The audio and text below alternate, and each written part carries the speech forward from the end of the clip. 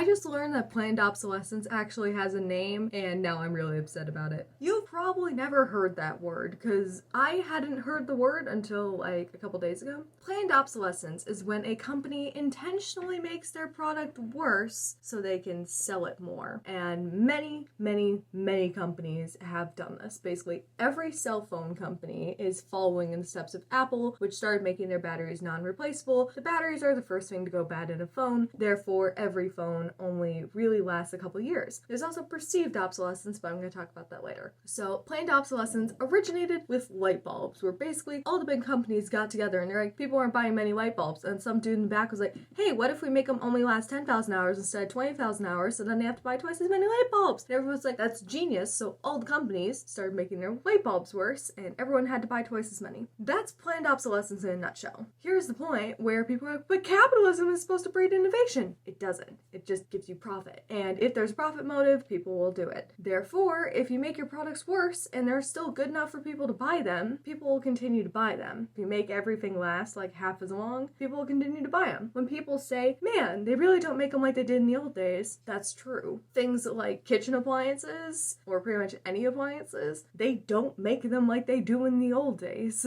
New appliances will go bad after a couple years. Old ones would last like 30. That's planned obsolescence, and it makes me really angry because products are intentionally being made worse, not just by cost cutting, literally by intentional design. Products are being made worse so they can sell more. What are we supposed to do about this? There is at least one thing you can fight. You can't do much about planned obsolescence because they're going to break after a certain amount of time. You can't really do anything about broken stuff, but what you can do is you can fight perceived obsolescence. This is what happens particularly with a lot of fashions and trends. Perceived obsolescence is basically when something just isn't cool anymore, and that you can do something about, because you can continue to use last year's iPhone even though it's not cool. Companies really don't want you to do this, therefore they also use planned obsolescence, but you can fight perceived obsolescence. Like something I noticed with fashion, I just go to thrift stores because then you don't get the really stupid fashion trends. Nowadays the cycles are so fast, so unless you're really up to date, just establish your own style. Thrift stores are kind of a battle against planned obsolescence because fast fashion, this is more by cost cutting, is just terrible. My advice for how to fight planned and perceived obsolescence: don't care if something's out of date, and try and find companies that don't intentionally make their stuff break early, though pretty much every company does that, so you really don't have that many options. It's so stupid, and I'm so upset about it because companies have conspiracy level collaboration on this stuff, and